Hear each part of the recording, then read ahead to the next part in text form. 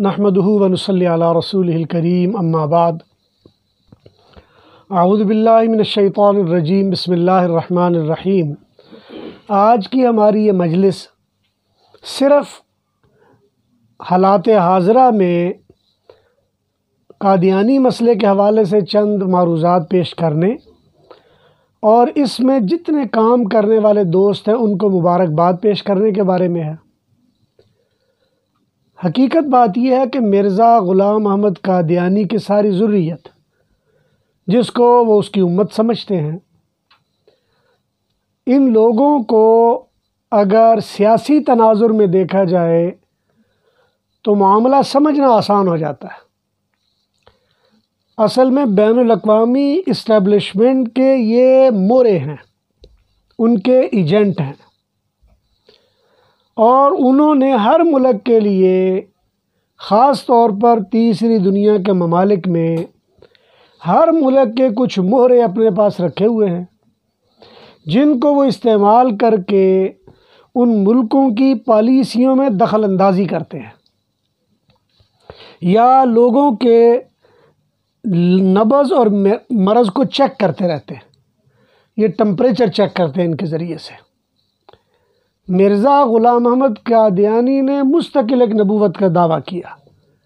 حقیقت الوحی اس کی وحیوں کی مستقل ایک کتاب ہے،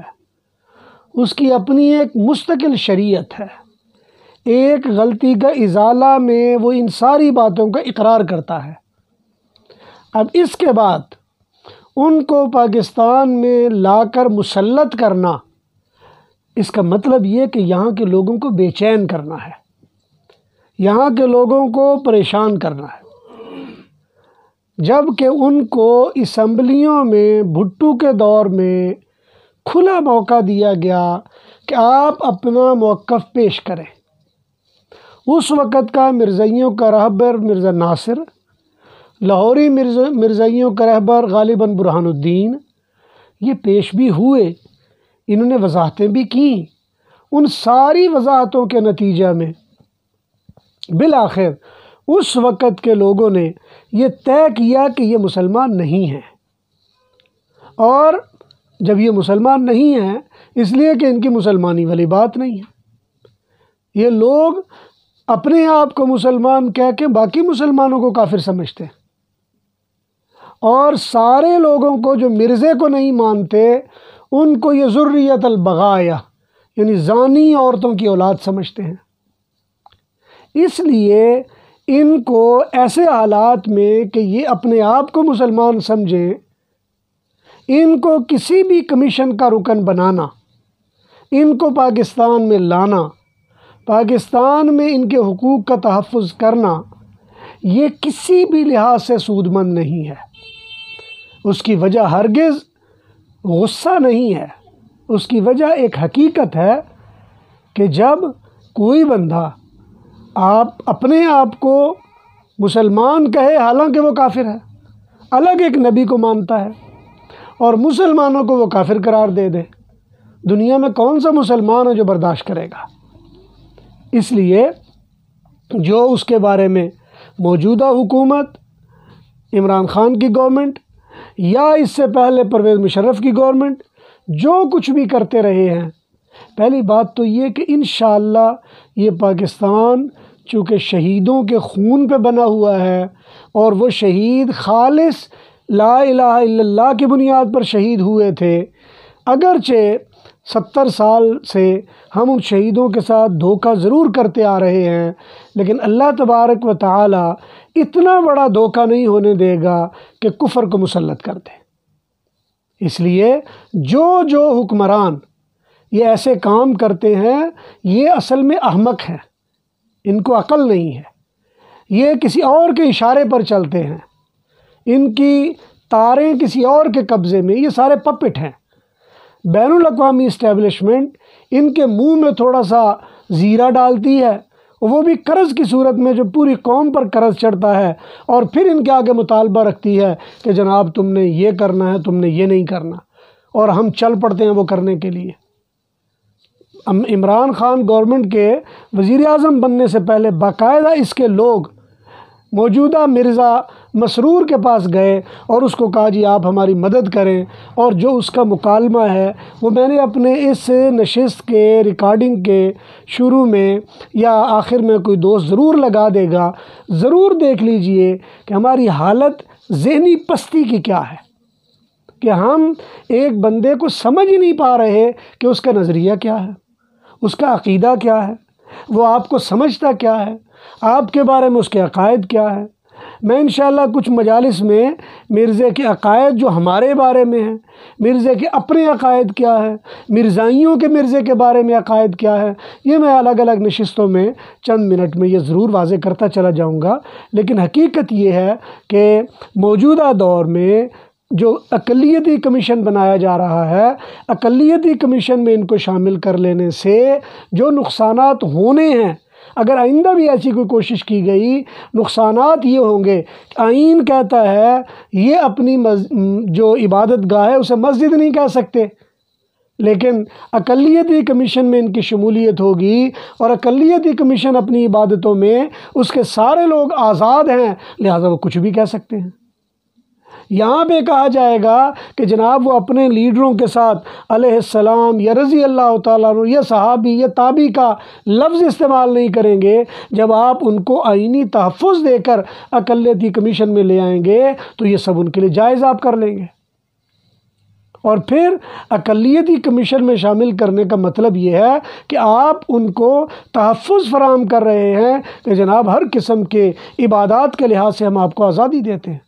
لیکن سوال صرف یہ ہے کہ کیا مرزائی بحیثیت جماعت کے پاکستان کے دستور کو مانتے ہیں؟ کیا وہ یہ بات تسلیم کرتے ہیں کہ جی چونکہ آئینی لحاظ سے ہمیں کافر کہا گیا ہے لہٰذا ہم کافر اپنے آپ کو مان لیتے ہیں؟ جبکہ وہ جو مجلس ہے جس کو میں نے اپنی اس ریکارڈنگ کے شروع میں لگا دی ہے یا آخر میں کوئی دوست لگائے گا، اس میں واضح طور پر وہ کہتا ہے کہ جی ہمیں کہا جاتا ہے کہ آپ کافر ہیں، تو ہم کیوں اپنے آپ کو کافر کہیں اور ہم کیوں دستخط کریں کفر پر؟ ہم تو پڑھتے ہیں لا الہ الا اللہ محمد رسول اللہ۔ حالانکہ ان کی کتابیں کہتی ہیں کہ جب یہ لا الہ الا اللہ محمد رسول اللہ پڑھتے ہیں تو مراد ان کی محمد رسول اللہ میں غلام احمد قادیانی ہوتی ہے۔ میں کسی نشست میں اس پر واضح بات کر سکوں گا۔ اس لیے میں یہ جو بھی اقلیتی کمیشن کے حوالے سے اور یہ عمرانی گورنمنٹ کے حوالے سے، عمران خان کی پوری تحریک انصاف کی گورنمنٹ میں جو کچھ ہوتا جا رہا ہے، ہر آئے دن کوئی نہ کوئی مرزائیت کا اسٹنٹ کھڑا ہو جاتا ہے، اصل میں یہ نادانی ہے یا نالائکی ہے یا نااہلی ہے یا ان کو پتہ نہیں یا پتہ ہے مگر بے بس ہے۔ اس لیے ان کو چاہیے کہ ایسی حرکات نہ کریں۔ اور بھی یہاں پہ ہیں، عیسائی یہاں موجود ہیں، کبھی ان کے ساتھ کوئی زیادتی نہیں ہوئی، یہاں گرجے موجود ہیں، یہودی یہاں موجود ہیں، کبھی ان کے ساتھ زیادتی نہیں ہوئی، پارسی یہاں موجود ہیں، کبھی زیادتی نہیں ہوئی، سکھ موجود ہیں، کبھی کسی کے ساتھ زیادتی نہیں ہوئی، بے شمار اقلیتیں یہاں موجود ہیں، بدھ مت موجود ہیں، کبھی ان کے ساتھ زیادتی نہیں ہوئی۔ سوال یہ کہ مرزائیوں کے ساتھ ہی زیادتی کیوں ہوئی؟ اور مرزائیوں کے ساتھ زیادتی کرتا کون ہے؟ جب آپ دوسرے کو کہیں گے کہ تم کافر ہو، جب یہ ان کا نبی یہ کہے گا کہ یہ زانی عورتوں کی اولاد ہے، تو ایمانداری سے بتائیے کہ کون ان کی عزت اور احترام کرے گا؟ ان کے وہ کلمات، ان کے وہ تعلیمات، ان کے وہ افکار جو یہ لوگوں کو کہتے ہیں، عام لوگوں کے سامنے یقیناً یہ مظلوم بن جاتے ہیں، لیکن ان کی کتابیں اٹھا کر دیکھیے، ان کے افکار و نظریات کو دیکھیے۔ یہ تو پسند نہیں کرتے کہ دنیا میں اپنے سوا کسی کو مسلمان کو رہنے بھی دیں۔ اگر ان کا بس چلے تو یہ کسی بھی بین الاقوامی طاقت سے مدد لے کے پاکستان کے مسلمانوں کو تحقیق کرنے میں دیر نہیں لگائیں گے۔ اور دھوکے کے ساتھ ان کے عقیدے کے لوگ فوج میں چلے جاتے ہیں، اس لیے کہ ان کو پتہ فوج نے جنگ شنگ تو کرنی نہیں، آ جا کے جب بھی فوج استعمال ہوگی وہ اپنے لوگوں کے لیے ہوگی، اور اپنے لوگوں کے لیے استعمال ہونا ان کا بڑا آسان ہوتا ہے۔ جس کو جہاں مرضی لگائے وہ ایسی تیسی پھیرتا رہے گا۔ اس لیے یہ وہ لوگ ہیں جو نہ دین کے ہیں اور نہ دنیا کے ہیں۔ ان کا الگ مذہب ہے، الگ دین ہے، الگ کتاب ہے، الگ نبی ہے، الگ شریعت ہے، اور ان کے ہاں تو جو قاضی نظر احمد ہے اس کے فتاوی جات اٹھا کر دیکھیں، یہ تو کسی اپنی مرزائی عورت کے کسی مسلمان کے نکاح کے جائز نہیں سمجھتے،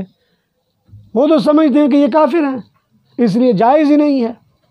اس لیے آج مختصراً میں یہ عرض کرتا ہوں کہ اللہ تبارک و تعالیٰ جزائے خیر دے مجلس تحفظ ختم نبوت والوں کو، اللہ تعالیٰ جزائے خیر دے انٹرنیشنل ختم نبوت والوں کو، اللہ تبارک و تعالیٰ جزائے خیر دے، اور جتنے حضرات ہیں اس پر جو کام کر رہے ہیں، حضرت مولانا منظور چنوٹی صاحب اور ان کے صاحبزادگان، ان کے تلامذہ جہاں جہاں کام کر رہے ہیں، اسی طرح اللہ تعالیٰ جزائے خیر دے جمعیت علماء اسلام کے تمام ضلعوں کے اراکین کو، اور خاص طور پر حضرت مولانا فضل الرحمان صاحب دامت برکاتہم کو، کہ اللہ تعالیٰ نے ان کے ذریعے سے اس مسئلے کو احسن انداز میں، بلکہ اب تک جتنے بھی انہوں نے سٹنٹ چھوڑے ہیں اس کو انہوں نے بڑے احسن انداز میں قابو کیا ہے۔ اللہ تبارک و تعالیٰ جو ایسی حماقتیں کرتے ہیں ان کو سمجھ اور عقل نصیب فرمائے کہ وہ اس طرح کی حرکتیں نہ کریں۔ اللہ تعالیٰ ان علماء کو سلامتی نصیب فرمائے، عزت نصیب فرمائے، حفاظت نصیب فرمائے، اور اللہ تعالیٰ دین کی سربلندی کے لیے ہم سب کو اپنی بارگاہ میں قبول فرمائے۔ وآخر دعوانا ان الحمد للہ رب العالمین۔